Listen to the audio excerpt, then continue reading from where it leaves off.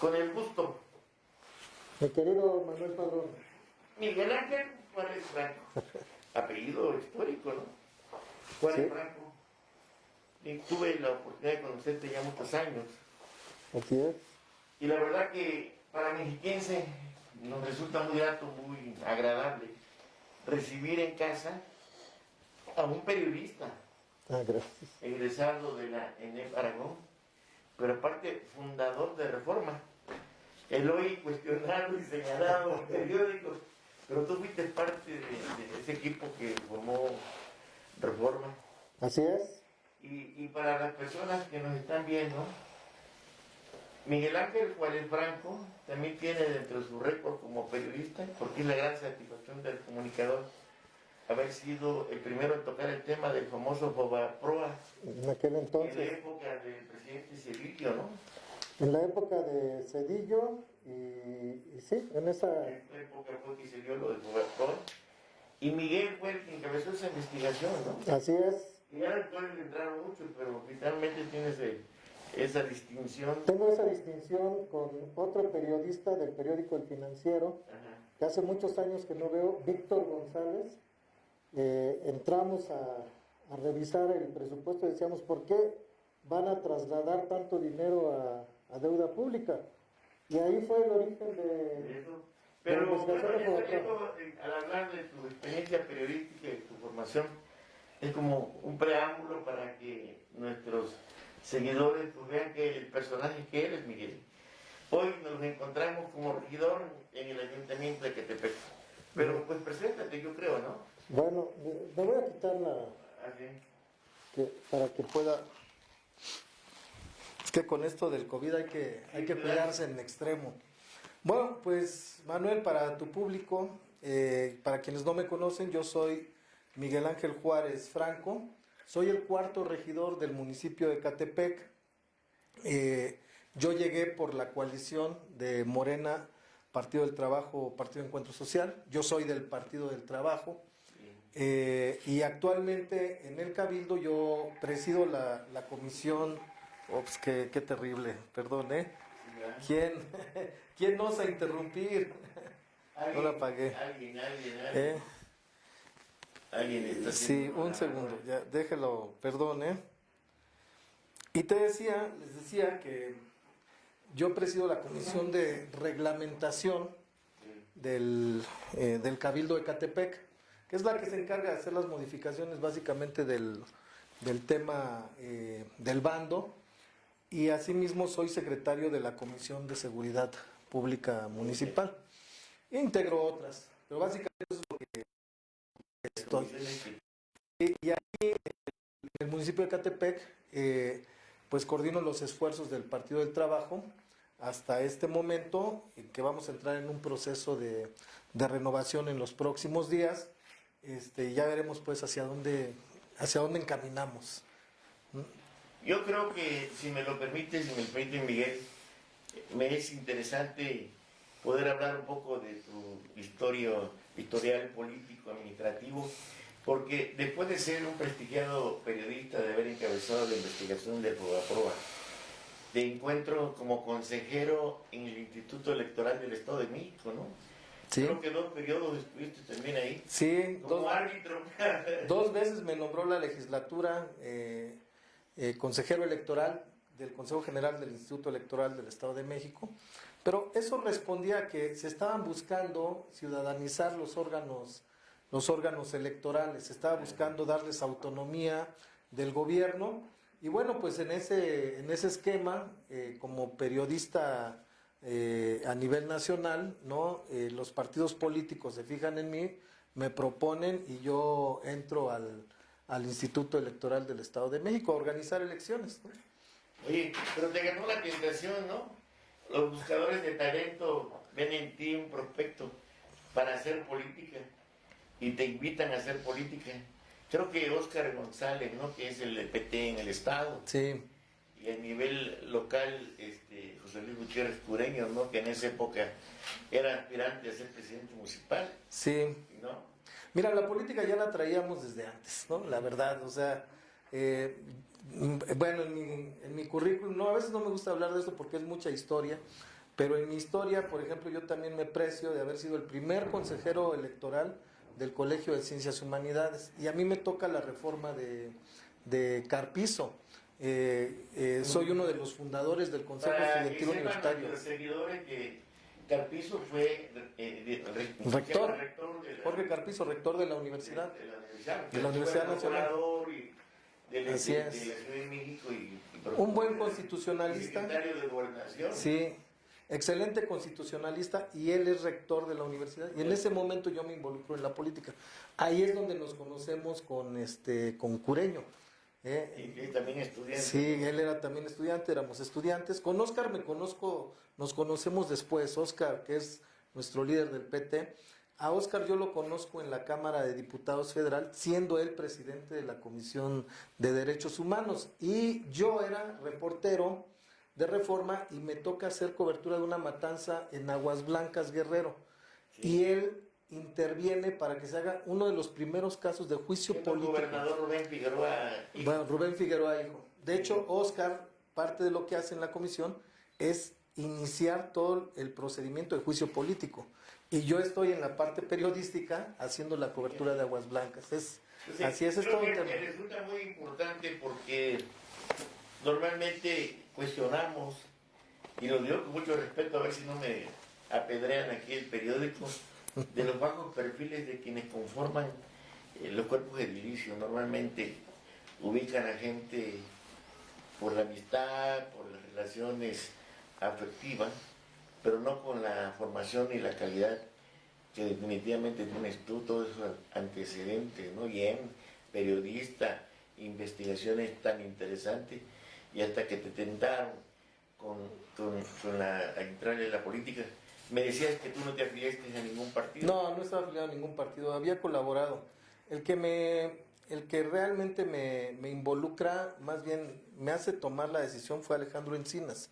Yo participé en la elección de gobernador, donde está Encinas y Erubiel, y terminando la elección, me dice Encinas: ¿y tú hacia dónde vas a caminar? ¿Qué posición pretendes adoptar, ¿no? ¿Vas a una diputación? O sea, y yo dije, no, pues es que yo, no es como mi estilo, ¿no? Y entonces me hizo reflexionar, me dijo: oye, Miguel, hay otros compañeros que no traen perfil y están dentro, ¿tú por qué estás fuera de todo esto, no? Pero no niegues tu pecado, porque en Ecatepec te desenvuelves como director de administración. Sí. Una temporada. Y también una temporada fuiste el responsable de la imagen de la administración perredista de aquella época de José Con Cureño. O sea, tu pecado lo traes. Ahí lo traigo. Pero... Oye, y ya después te uno a encontrar con ese ímpetu, con mucho jale, queriendo impulsar el PT en Ecatepec. Así es. Y eres el promotor del PT, pero ya en forma seria. Y me acuerdo mucho por tu pasión, impulsas a la señorita que era diputada federal del PRD, Jessica Salazar. Ya algo te ha de recordar. Sí. Te ha de recordar porque desafortunadamente no había pedido licencia a la diputación y al cuarto para las 12 le cancelan la candidatura, ¿no? Sí, fue todo un tema. Y es todo un tema lo de Jessica Salazar. Es importante que nuestros seguidores pues sepan tu historia, ¿no? Sí. Y es enseñanza. Pero mira, Manuel, por ejemplo, todo eso tiene que ver con un proyecto político. O sea, claro. El proyecto político era hacer una transformación. Claro. Y nosotros nos adherimos a ese proyecto político. ¿Ya te habían adelantado a la cuarta transformación? No nos habíamos adelantado. Estábamos hombro con hombro con Andrés Manuel. O sea, Andrés Manuel y nosotros siempre estuvimos empujándolo. El PT es el único partido político desde hace muchos años que ha tenido una permanencia de estar apoyando a Andrés Manuel López Obrador. Cuando el PRD le negaba las candidaturas a Andrés Manuel, ahí estaba el PT poniéndolas.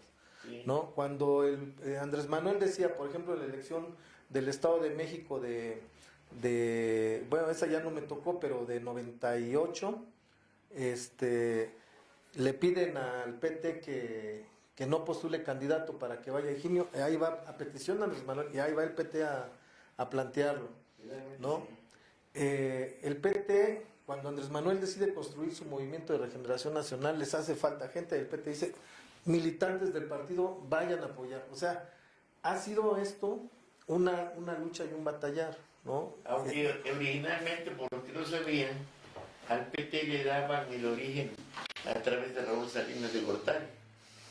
Acuérdate que era Sí, lo vincular. O sea, todos tenemos nuestro pecado. pues mira, ahora sí que hay que ver hacia adelante, No, claro. hacia dónde... Claro, claro.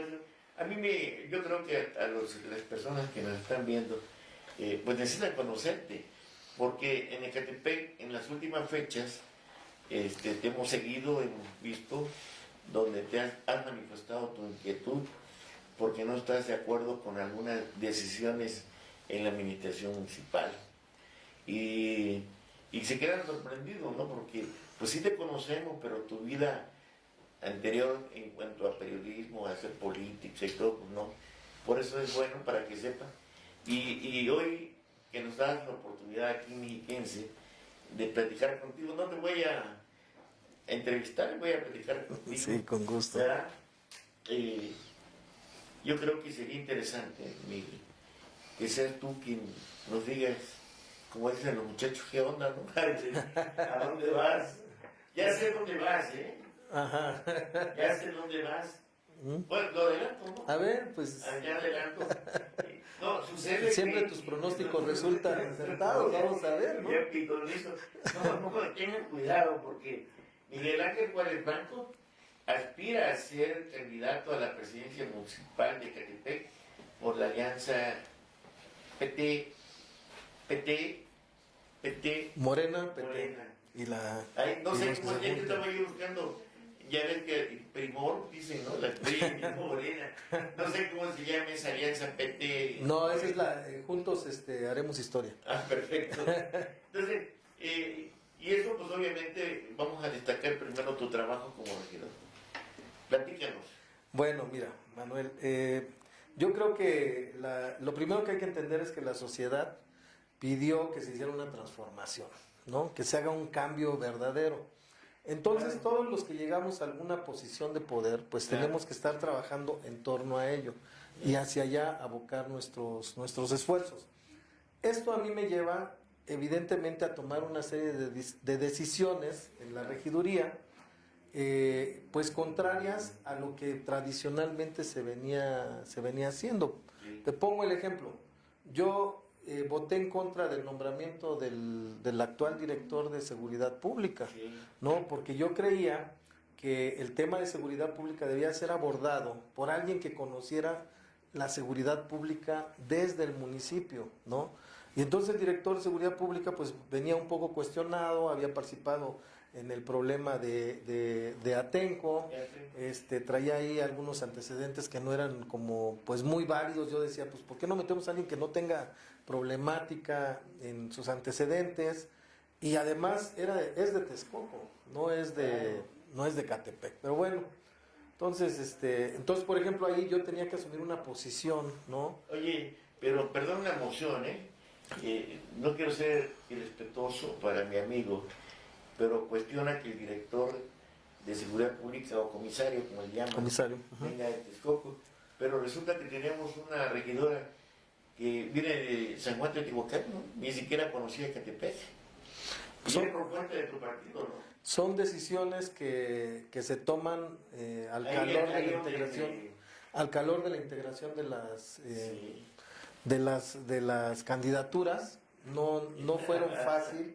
Fíjate, la gente piensa que el tema de las candidaturas es como algo muy, muy sencillo.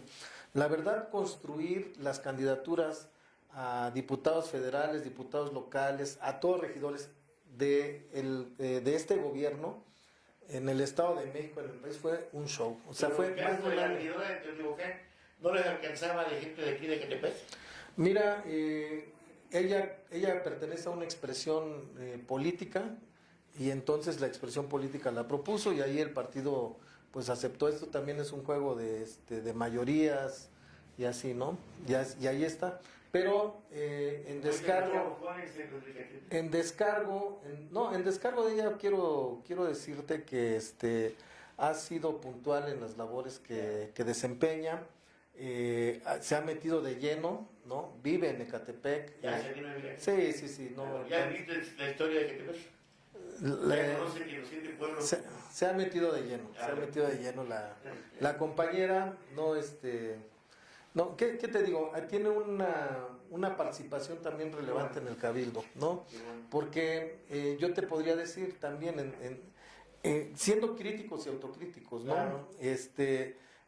También hay compañeros que viven en Ecatepec y que forman parte del Cabildo, no voy a dar nombres, porque, pero forman parte del Cabildo y que pues no, o sea, no dan una, ¿no?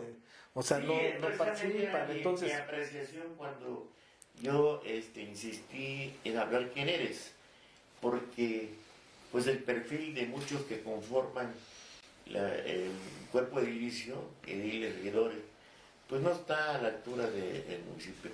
Y esto obviamente que las consecuencias son claras. Sí, claro. Muy claras. Y fíjate que hablas algo muy interesante de la designación del comisario para seguridad pública y que viene de Texcoco. Ese tiene razón. Pero yo nunca he escuchado a alguien que hable del origen de la inseguridad. Y el origen de la inseguridad tiene otras vertientes muy importantes. En Ecatepec se mueve con la economía informal. En Ecatepec la formalidad que teníamos a la industria se fue. Hoy las zonas industriales que eran muy importantes están desoladas. No hay trabajo. La gente se mueve en tianguis o en taxis o va a la Ciudad de México a trabajar. Entonces, al no haber empleo, como que se promueve un poquito la inseguridad. Aunque hay que reconocer otro detalle del efecto cucaracha, ¿no? Si en la Ciudad de México los persiguen, se vienen en Ecatepec. O si de Veracruz los persiguen, nos venimos para acá, ¿no? Eres de Veracruz. Sí, Jarocho. Yo soy jarocho de San Cristóbal, Ecatepec. Bien. Entonces, mi preocupación es el empleo, amigo. Sí, definitivamente hay que generar mucho empleo y hay que combatir las causas de la violencia y de la inseguridad. Es un tema muy complejo. Porque mira, por ejemplo, otro punto de la inseguridad es la violencia contra la mujer. Sí. Pero es un problema de educación y es un problema de la desintegración del núcleo familiar, ¿no? Que tampoco es culpa de la autoridad.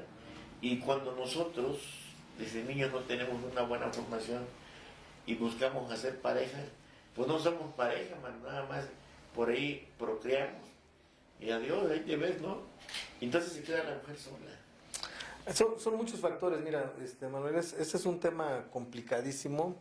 Por ejemplo, te podría decir, una persona para poder sentirse más o menos libre necesita, dicen los arquitectos, entre 7 y 10 metros cuadrados para poder vivir.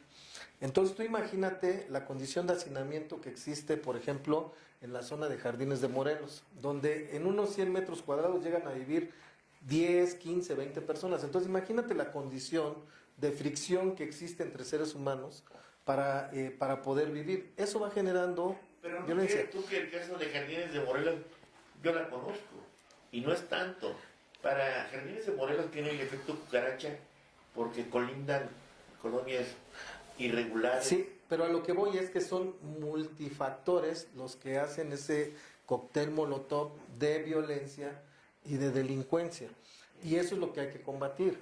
Pero el gobierno tiene que hacer su parte. O sea, la sociedad que está integrada de esa forma, lo que necesita son gobiernos que le ayuden. Gobiernos que se pongan a su servicio para poder ir resolviendo las problemáticas que se presentan. Y cuando los gobiernos no son eficaces o eficientes en su actuación, pues simple y sencillamente entonces esa violencia pues se vuelve un caldo de cultivo mucho mayor, ¿no? Se reproduce más que el coronavirus. ¿Eh?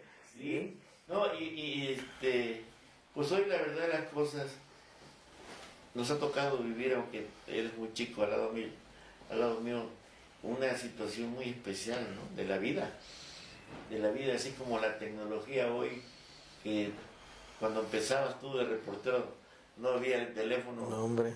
nada, ¿no? Y las cámaras todas eran de rollo y magazine, ¿sí o no? Sí, bueno, esos teléfonos con los que estás transmitiendo ahorita es la tecnología, yo creo que traen 80% más de tecnología de la que se usó para el Apolo 11, para ir a la Luna. Sí, no, es ¿No? una maravilla.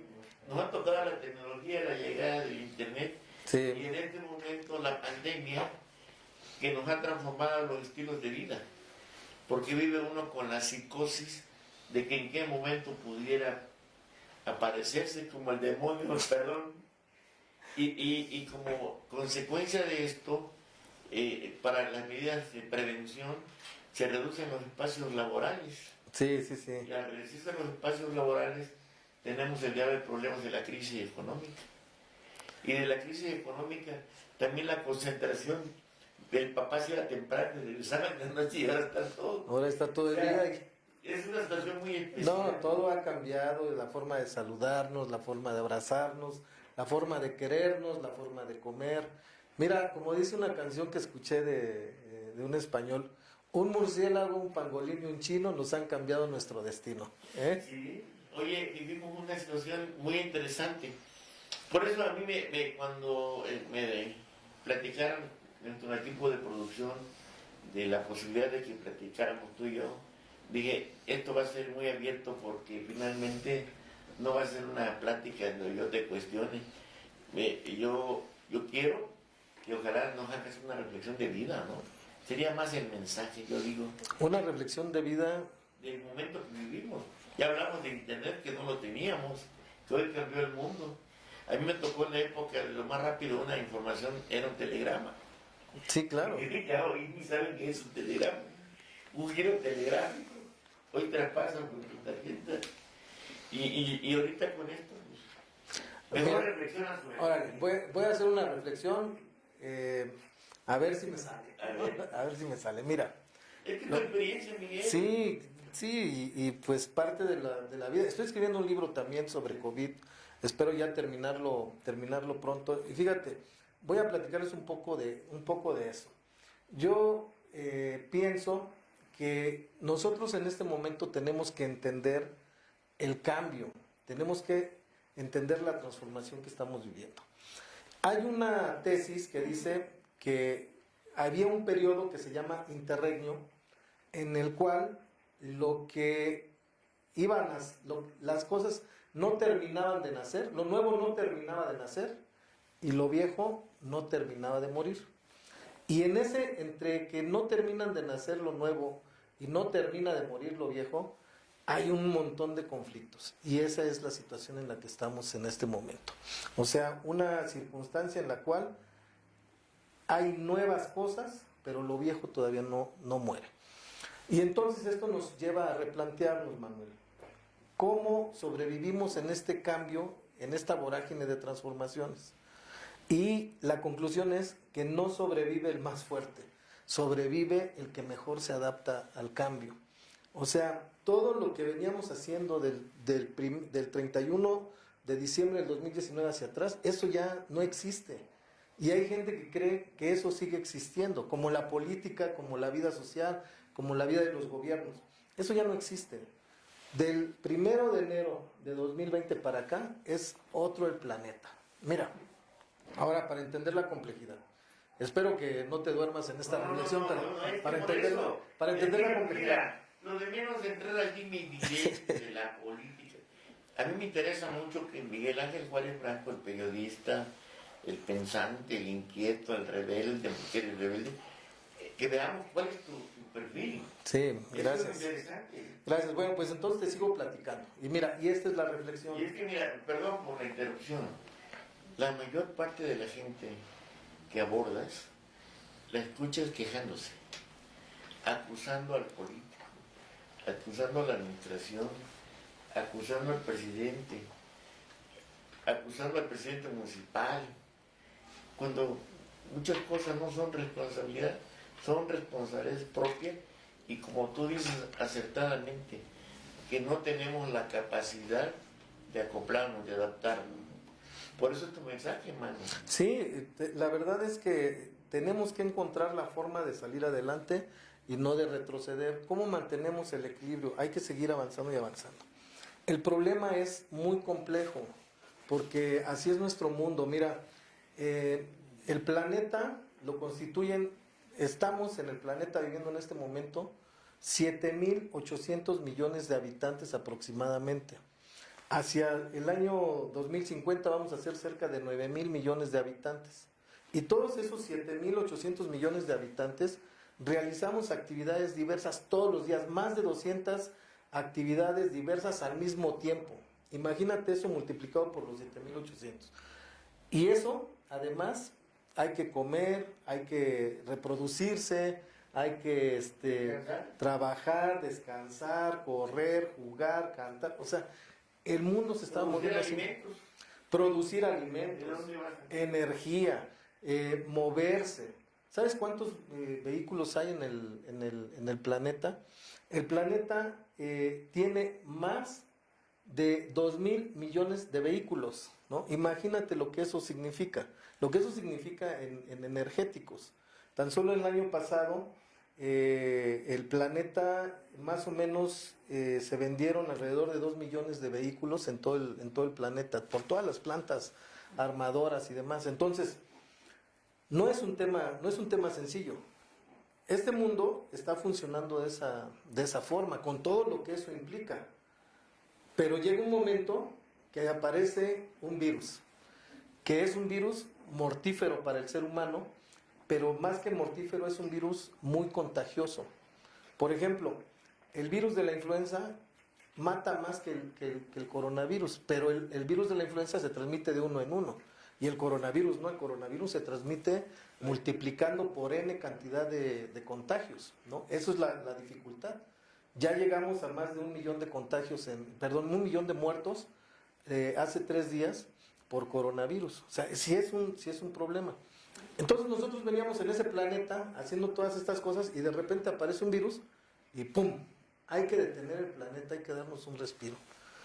Todo lo que eso significa es muy complejo, porque implica reprogramarnos, tenemos que actuar de otra manera completamente distinta, entender la vida de otra forma distinta y sobre todo entender ahora cómo va a funcionar económicamente la sociedad.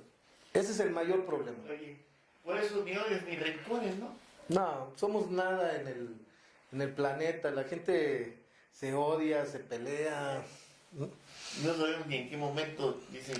Hay que trabajar mucho en el tema de la soberbia y del ego, porque cuando tienes mucho ego, mucha soberbia, ¿no? Lo que quieres es imponer tu razón, quieres imponer tu voluntad, ¿no? Y esto no es así, así no funciona. Bueno, pues ya ves, por eso te pedí que me hicieras esa reflexión, porque precisamente la convocatoria de Ecatepec, querido, es que vivamos bien, que tengamos espacios de sana convivencia, en donde si no al 100% tengamos los servicios básicos para que el ser humano pueda vivir.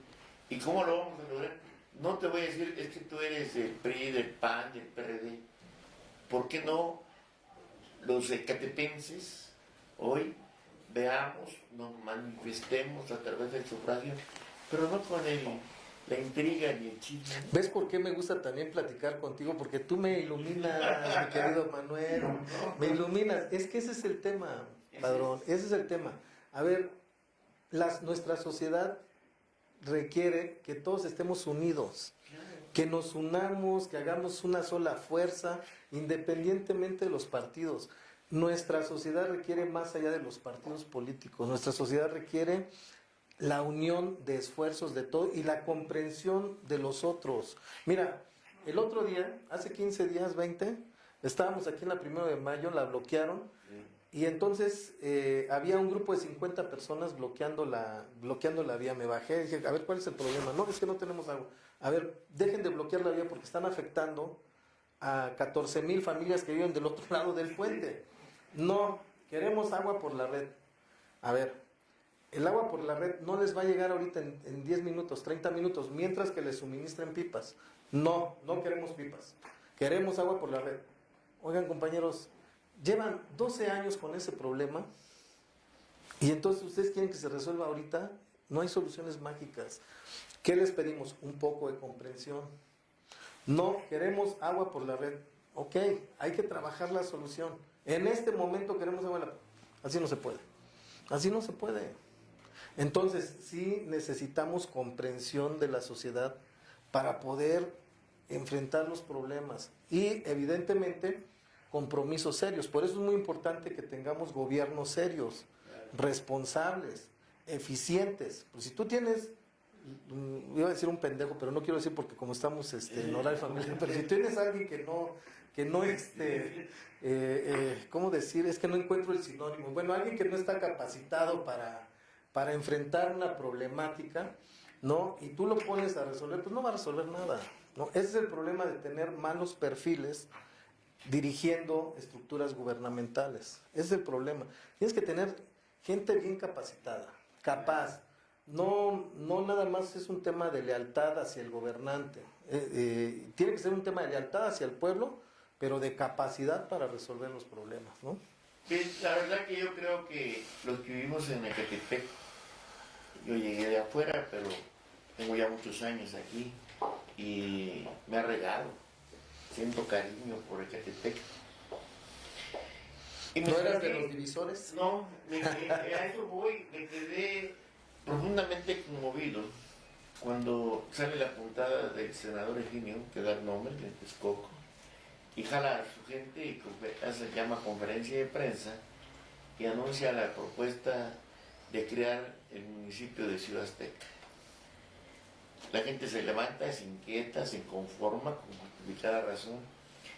Y sale la diputada Azucena Cisneros y Faustino de la Cruz, que son sus sicarios, yo así le puse, a decir, a que ya cuando vieron que el asunto estaba levantando ámpulas, a explicar que la propuesta era como consecuencia del presupuesto bajo que se tenía y que no alcanzaba, cuando, por favor, vergüenza le debería de dar, perdón, es la voz de un periodista, cuando eso del presupuesto es un tema que los diputados, tanto federales como locales, ¿Es su tema? deben pelearlo. ¿Es su tema? Y aclararle al INE, no al INE, al INEGI, de que no nos cuadren con una población que no tenemos.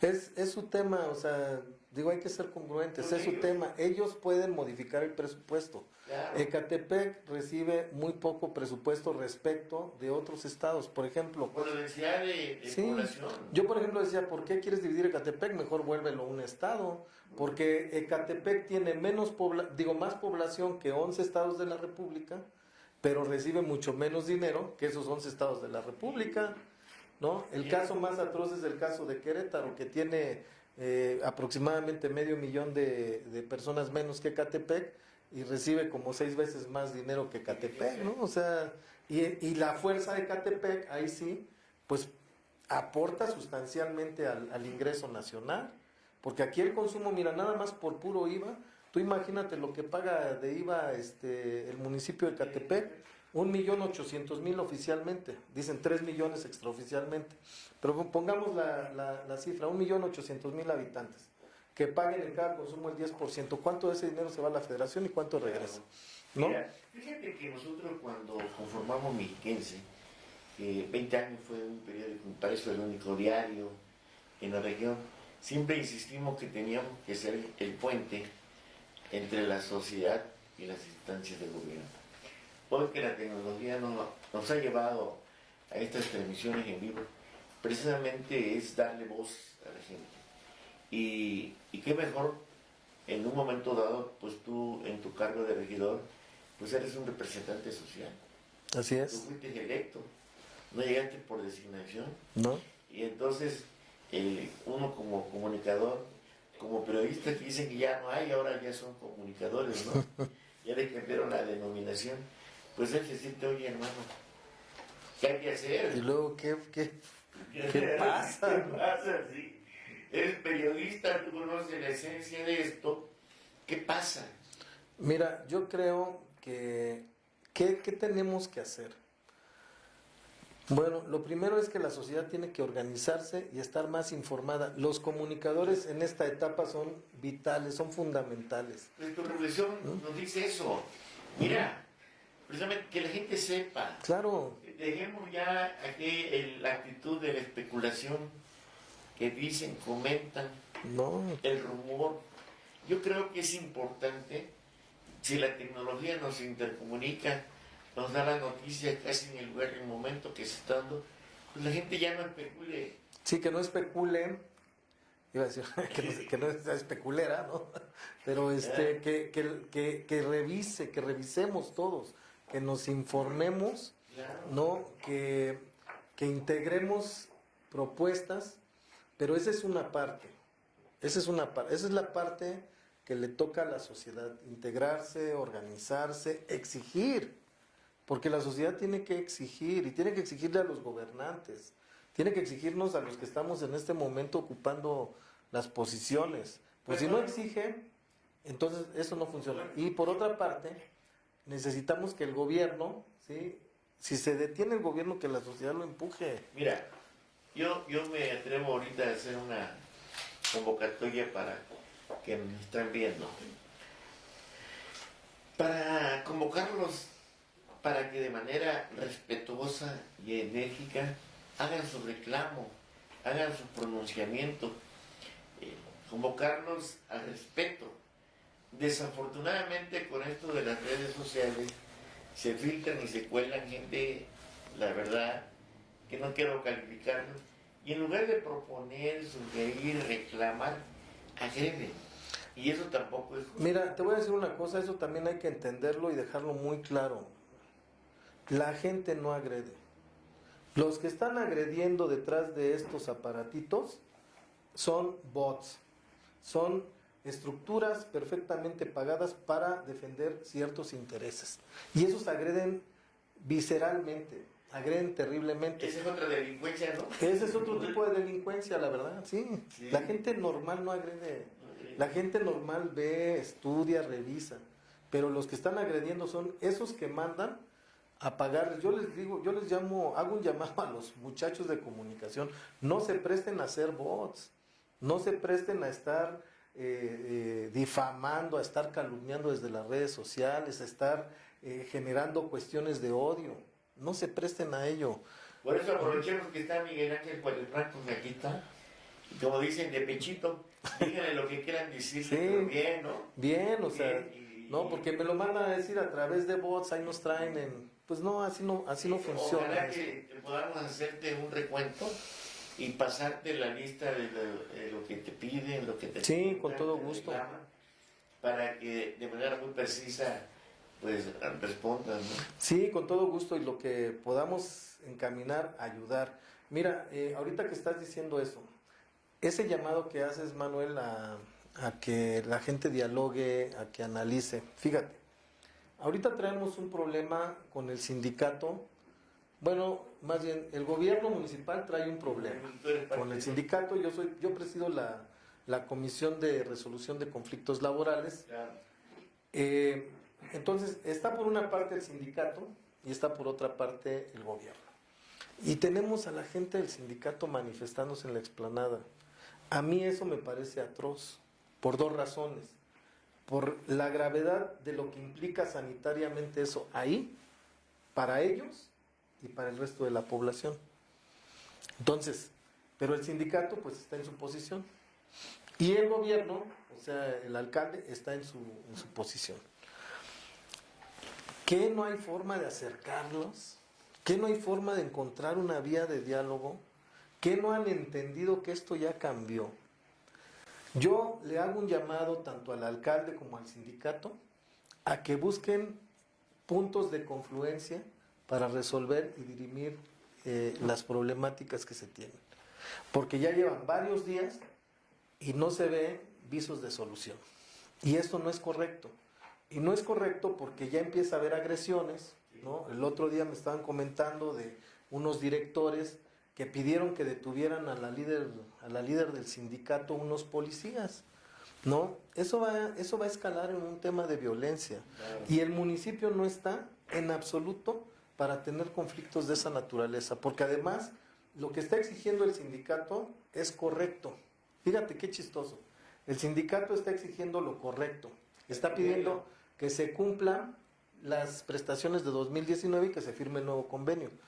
¿Y qué crees? El gobierno está también en lo correcto, porque el gobierno le está pidiendo al sindicato, oigan, hagan un esfuerzo para que en lugar de que algunas cláusulas que ya no van a ser posible que ocurran, como por ejemplo eventos del Día de la Madre, eventos del 1 de Mayo, donde el gobierno fondeaba algunas cosas, ¿por qué no ese dinero lo meten para apoyar a comunidades con temas de agua? Los dos están en lo correcto. Oye, o otro asunto que la verdad que había dispendio, el Día del Niño, y a todos les dan juguetes que yo he observado, y lo digo con mucho respeto, gente que ya no tiene hijos ni nietos, que andan vendiendo los juguetes.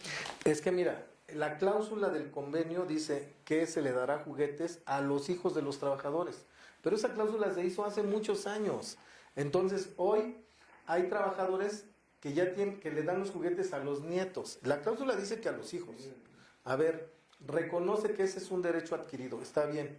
Pero entonces también permíteme en este momento de pandemia que no te dé por el momento esa cláusula, ¿no? O sea, es un juego de diálogo que yo creo que ambas partes tendrían que hacer. No, hombre, y una reclasificación salarios. Y reclasificación de salarios, ¿sabes qué? Se tiene que modernizar la relación del sindicato con el gobierno y del gobierno con el sindicato. Si no lo entienden, ahí van a seguir y esto va a seguir exactamente igual. Y eso sí es terrible, porque traemos 4,000 personas manifestándose en la explanada del Palacio Municipal que bien podrían estar haciendo otro tipo de actividades o no exponiéndose ni exponiendo sanitariamente a la población. Yo recuerdo mi origen es petrolero, yo soy originario de Minatitlán, Veracruz, y mi familia petrolera, y Pemex se convirtió en un momento dado en la supercarta de los gobiernos, ¿no? Y el símbolo de Pemex era el charrito Pemex. Era un señor que tenía las piernas cascorvas, dicen allá en mi pueblo. Las corvas. Y entonces alguien por ahí, un periodista avesado, dijo, pues tengan cuidado porque cuando se enderecen las piernas del charrito Pemex se va a acabar la gallina de los huevos de oro. Y hoy Petróleos Mexicanos vive una de las graves crisis económicas de la historia. Sí. Aquí hay que entender tanto el empleado como la administración que ya no podemos saturar, sindicalizar, como dicen, comaladas de sindicalizar. No, otra vez. Mira, por ejemplo, hay una cláusula del convenio que dice que se tienen que sindicalizar 140 más. O sea, a este nivel ya, ¿a dónde vamos a llegar? Eso ya se tiene que replantear. Bueno, eso ya no le conviene ni a los propios sindicalizados. Y aparte, el sindicalizado, y lo digo abierto, no se ajusta a las disciplinas laborales. Si le exigen que labore, que aporte, que tenga alta productividad, genera enojo. Mira, es relativo, eso también es relativo. Por ejemplo, yo en este momento solo tengo personal sindicalizado en la oficina. Ellos trabajan al 100, trabajan muy bien, ¿no? En muchas áreas sí te encuentras con gente que no trabaja bien, pues es como en todo, ¿no? No nada más pasa en los gobiernos, en cualquier empresa. Pero sí, hay cosas que se tienen que revisar, mano. Por ejemplo, no pueden seguirse ya sindicalizando. Oye, hay temas como la propuesta de Morena hoy muy interesante. Nos están preguntando la reducción de los ediles. ¿Cuál es tu opinión? Mira, yo creo que hay un esfuerzo de todos de que se generen ahorros económicos para atender otro tipo de problemáticas. No tiene que ver solamente con el tema de la reducción de ediles, sino, por ejemplo, la compactación que hizo Alfredo del Mazo de secretarías, ¿no? Entonces, como que todo el mundo estamos caminando hacia allá. Hoy es un primer paso. No basta la reducción de ediles para tener un buen gobierno, ni para generar más ahorros. Eso es un primer paso, yo lo tomo así. Creo que lo que sigue es hacer una profunda reforma para que los ediles realmente tengan sentido. Porque así como están, yo te lo puedo decir, en el municipio Las comisiones no funcionan, las comisiones edilicias, algunas las hacemos funcionar, ¿no? Pero la mayoría de las comisiones Es un aparato burocrático muy grande. sí, es un aparato burocrático grande, y también hay que ser preciso en otro sentido. Aparato orgánico en la ley, porque por ejemplo, aquí en el municipio tenemos creo 18 comisiones, pero no creas que hay una estructura para cada comisión, o sea, no hay una estructura para cada comisión. Cada regidor preside una comisión y con sus propios medios, ¿no? Genera el trabajo de las comisiones, pero no funciona porque finalmente el presidente, ¿no? Como Tlatuani, como Imperio, es el que toma las decisiones, ¿no? Entonces, ¿qué comisiones funcionan? Pues las que están de acuerdo con el presidente. ¿No estás de acuerdo con el presidente? Pues ahí te vas, ¿no? Hablamos del problema de inseguridad en Ecatepec. Estamos haciendo un collage. Sí, de todo. De todo. Y hay un tema muy preocupante, que es el del agua. Sí. Y en el agua tenemos muchas vertientes, pues que sí son preocupantes. Por ejemplo, el organismo público descentralizado, ZAPACE, pues tiene una estructura operativa y administrativa arcaica. Nadie se ha tirado el trompo a la mano y vamos a hacer una reestructuración, tecnificar. ¿Por qué? Porque hablamos de un 30 o un 35% de los usuarios que pagan y otros 70 no pagamos, para que no me vayan, no pagamos. Entonces, ¿cómo vamos a mejorar el sistema de redes, de pozos, si hay la cultura de no pagar? Mira, déjame hacer una reflexión un poco, no tan amplia, pero mira, 7.800 millones de humanos en el planeta, 3.000 millones de personas no tienen acceso al agua. Viene el coronavirus y todo el mundo lávate las manos y con justa razón te reclaman a los gobiernos, oye, ¿y cómo me lavo las manos si no hay agua? ¿No? Y entonces empiezas a ver que son inoperantes, no nada más en este municipio para efectos de dar salida al tema del agua, sino en un montón de partes del planeta. Pero bueno, nos bajamos a Ecatepec y en Ecatepec desafortunadamente, mi querido padrón, perdimos la oportunidad al inicio de este gobierno de poder hacer exactamente lo que tú estás diciendo. Una reestructuración, una reingeniería del ZAPACE para que pueda brindar mejor atención. Mira, es tan necesaria esa reingeniería que, por ejemplo, a ver, en las Américas hay una parte, no, de hecho las Américas no paga agua, porque no está entregada la unidad, pero no hay un liderazgo desde el ZAPACE, desde el Ejecutivo, para hacer una conjunción para que la gente que está dispuesta a pagar lo haga en excelentes condiciones. Ese núcleo tan importante de las Américas. No, ahí no. Sí, y tienes otras zonas donde se paga y no hay agua. Ahora, voy a otro tema histórico en donde hablamos de usos y costumbres, que son los sistemas autónomos de agua potable de los pueblos históricos. Ahí te va. Por ejemplo, Tulpe. Tienes ahí una asociación que maneja el sistema de Tulpe. ¿Y por qué toda la parte alta de la autopista no tiene agua? ¿Sabes? No tiene agua porque falta un liderazgo del ZAPACE que se decida hacer un pozo, que lo administre la propia comunidad y que le distribuya agua a toda esa zona. Pero aparte Eso de es posible. Los sistemas Santa Clara, San Pedro, Tulpetlac reciben agua del bloque Cutzamala, que se paga. ¿Sí? Y lo paga el ayuntamiento, que le requieren, pero ellos no pagan.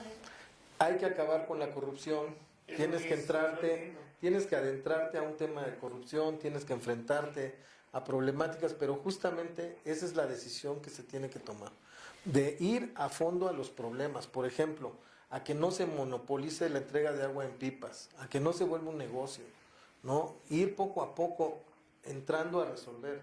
Entonces, pero insisto, a ver, ¿por qué los sistemas autónomos de los pueblos reciben agua? De Chamala, que nos cuesta. es que mira, vienen unas... Pero no pagan. no, es que viene una serie de tradiciones, ¿no? Por tradición, por costumbre, ya se quedó así. Y entonces, por tradición o costumbre, se han tomado esos sistemas, muchos, como nichos de oportunidad de corrupción. De ahí vive mucha gente. Entonces, ¿ahí cuál es la solución? Hay que respetarlos, pero hay que regularizar, hay que integrar todo para que sea justo y equitativo. Y hay que hacerlos entrar en razón. Eso necesitas un gobierno que tenga una mano firme para tomar decisiones. La reestructuración, como dices tú, la ingeniería al sistema, a lo que es el organismo, también viene un punto importante de concientización en el ciudadano, ¿no? Porque pues hay que pagar, desafortunadamente. Pero la gente sí quiere pagar, Manuel. La gente sí quiere pagar. Lo que pasa es que no vas a pagar si no te llega el agua, si tienes un mal sistema. Pero, por ejemplo, me llama la atención. Fíjate, toda la gente de la quinta zona, que es la gente, digamos, más afectada, en muchos sentidos, económicamente, laboralmente, en muchos sentidos, es la que más agua paga porque compran las pipas. Dicen que no, ¿no? Y en América, que presumimos, es la unidad habitacional de más alto nivel económico. Ahí hay que hacer un proyecto. ¿Cuántos años tiene y no paga? Sí, ahí, mira, yo le hago un llamado al director de Zapace a que nos sentemos, a que revisemos, porque también hicieron una campaña, ¿no? Y en esa campaña empezaron a mandarle avisos a la gente de las Américas diciendo, regularízate tu situación con el agua, ¿no? Independientemente de lo jurídico. Cobros de 25, 30 mil pesos. O sea, la gente no puede pagar eso. Tienes que hacer algo inteligente para hacer entrar a todos a un sistema y regularizarlo y normalizarlo, ¿no? De otra manera eso no va a funcionar. Y entonces, si tú les quieres cobrar 25 o 30 mil pesos, vas a tener a la gente manifestándose, bloqueando las calles. No es así.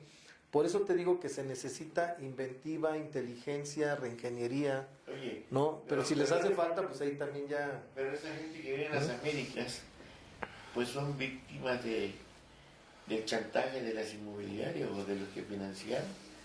Imagínate esa gente todo lo que paga si no cumple con sus mensualidades. Hay gente que no va a terminar de pagar su casa en toda la vida. No. Son rentas, son negocios inmobiliarios del capitalismo salvaje, la verdad, ¿no? Ahí se van a quedar un montón de viviendas, mucha gente no va a poder pagar sus casas.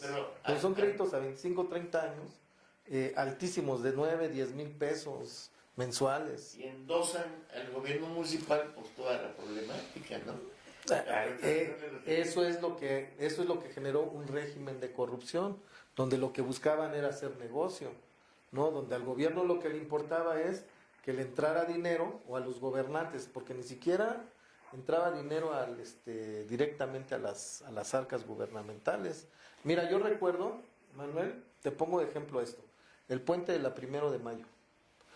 Cuando fuimos gobierno en 2006-2009 con Cureño, se decía en el tema de la entrega de la unidad que ARA tenía que construir un puente para el flujo vehicular. ¿Y qué pasó? A nosotros nos dijeron, no, es que nosotros ya pagamos 6.7 millones de pesos para la construcción del puente. ¿A quién se lo dieron? Nosotros ya lo pagamos. A ver, muéstranos los recibos de que ya lo pagaron. No, nos dijeron que ya se lo habían dado a un político prominente, que no quiero mencionar porque la última vez que lo mencioné me demandó, pero le dieron esa lana y no construyeron el puente.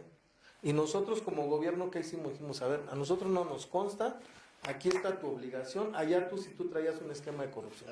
Ahora, construyenos el puente. Y por eso se hizo el puente de la 1 de Mayo, porque el gobierno exigió, no querían hacerlo. Y pregúntale a Cureño un día que lo veas, ¿no? Se cerró Plaza Las Américas, el estacionamiento, más bien se abrieron las plumas. Si no me pones el puente, yo no te voy a permitir que sigas cobrando el estacionamiento. Así fue. Así fue. Y entonces tuvieron que tomar la decisión de construir el puente, pero esa era una obligación de ellos. El gobierno ya puso una parte y ahora ya puso la otra. Así está. La verdad que qué plática tan interesante, porque con el grueso de la población desconoce muchas cosas que se dan en entretelones. Entre telones, sí. que se dan, de veras es increíble. Otro problema que tenemos grave en Ecatepec, ya hablamos de seguridad, ya hablamos de agua, hoy la pandemia también nos significa. Somos el municipio presumiblemente con mayor número de contagios y de fallecimientos, aunque ahí difiere un poco, porque podríamos remitirnos a las estadísticas, ¿no? Dicen en Ecatepec se mueren 100 gentes, pero comparativamente no es tanto, porque lo toman con Atizapán, que a lo mejor tiene 300.000 habitantes, 400.000, y aquí somos 2, 3 millones que analizamos, no es tanto. Pero publicitariamente sí nos pegan. Y, sí, pero depende, ahora sí que el manejo de las cifras, mano. Fíjate, por cada 10 personas que se contagian de COVID en el mundo, 3 se mueren, por cada 10. ¿Sí? Perdón, por cada 100 que se contagian, 3 mueren. Esa es la tasa de mortalidad. En México, por cada 10, por cada 100, 10 se mueren. Eso es lo que está pasando en el país. 100 personas tienen COVID, 10 van a morir, ¿no? 10.4, ¿sí? Lamentablemente. En Ecatepec es uno de los lugares donde más alto está el índice. Por cada 100 se mueren 15.6. Entonces, algo está pasando. Eduardo Hernández, que tú conoces muy bien, Claro. tiene unos hijos que son médicos, y uno de sus hijos hizo un estudio en Ecatepec. Y entonces, en ese estudio, vieron que 1 de cada 13 personas en el municipio está usando cubrebocas. Entonces, algo está pasando. Algo está pasando con este tema de la pandemia. No hay la cultura de cubrirse. No estamos en esa cultura. O sea, aparentemente en algunos sectores sí está ocurriendo, pero masivamente no está ocurriendo. Eso te lleva evidentemente a que tengas una mayor tasa de contagio. Porque recordemos que el COVID se contagia de distintas maneras. Ahorita precisamente ahí en la explanada teníamos una manifestación de comerciantes. Sí.